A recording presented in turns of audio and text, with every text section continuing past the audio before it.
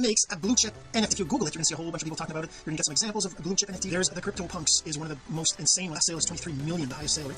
Art Blocks is another one. An NFT, it's just a collection of various art pieces that are unique. Bored Ape Yacht Club is also another one that's unique. This one is totally insane. They sold them all for 0.08 Ethereum, and now they're selling for, well, it's totally insane. Let's show 83 Ethereum, right? So 83, 83, 94, 99, 98, 98. Cool Cats, which is another kind of Ethereum NFT. Gutter Cat Game on the Zombie Business, which is one of the ones that I bought. It's a recent minting. It's in the process right now of being released, and the way that you can tell whether an NFT is possibly going to be is based on the fact that it's organized in a way to make it so that there's some of them that are rare. Like for example, the gold, which is the one you see on the side there, that I own. I bought that one there for 2 SOL, or 2.5 SOL, I think it was.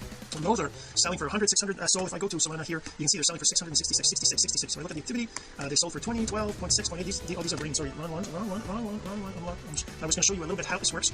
If I look at the type, the gold ones, and I look at the activity for the gold ones, you can see they sold for 1.95, 2.5, 2.31. So 1.99 recent purchases, right? Okay, so how do you find a blue chip Solana, right? So if you go to Solsea, if you go to Explorer, Collection, or actually go to Stats. So go to Stats right here.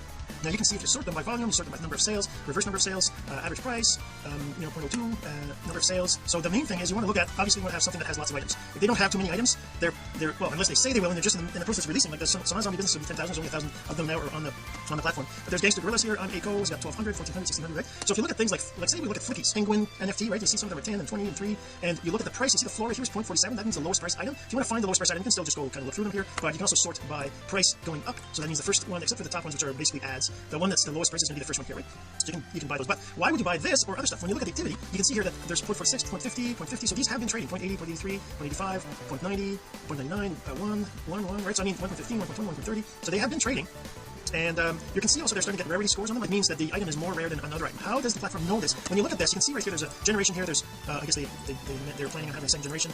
It's hard for me to look at others. I can show you the Solana Zombie because I know that one really well. I go into my wallet, you can see that I've invested quite a few NFTs. And if I look at some of the ones that I bought here, the let's say the gold one, which you see on the side. So this one here, I go to it, I can see it's got a background of red, a type of gold, a close of orange, an eyes of green, head wear sombrero, and mouth of eight, right? So when I go to the collection itself right here, I can see, now I know this because if I go to the Solana Zombie website, they talk about their types and rarities, right? So there are 2,000 gray, 2,000 brown, etc., right? And with some examples here, and as you can see, the less there are, right? There's only 100 gold, they're the rarest, and there's 400 of pink. So those are the rare ones. So if I go to the Solana Zombie, I can go in here, I can choose the type, I can say, you know what, I want to see the rarest one. See now there's 27 of these listed right now, there's never going to be more than 100. There's 61 of these right now, that's how many are listed right now, right? Total NFTs that have the trait, I guess this one, they're already minted. There's 20 medium price, the volume, and the floor price, right? So the least expensive are 0.2, 0.19 over here, right? That's kind of what how it works. You can see these like that, and this kind of tells you whether they have potential for becoming a blue chip. So there's a couple things that are super important to become a blue chip. One is you have to have traits organized in a way that can give you rarity. If I go back, these cars things, I have no idea, but I bought some, and when I look at them, you can see it's got a rarity score right here. So the rarity score is a calculation based on all the attributes of this particular item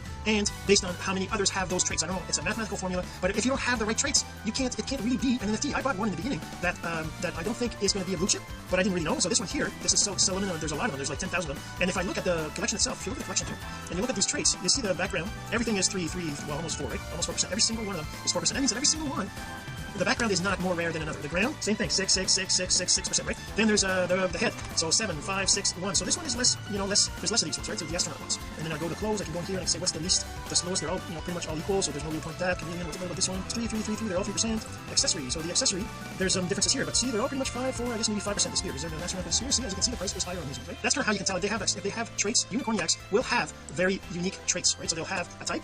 So as you can see, percentage of them, right over here, 10%. There's only 4 that'll have a gold type. There's only 5 that'll have the rainbow type, and then the rest is 10 and 10 and 24, right? So that'll be the base type. And then if you go through the background, there's only 22. The background isn't very, there's not much difference.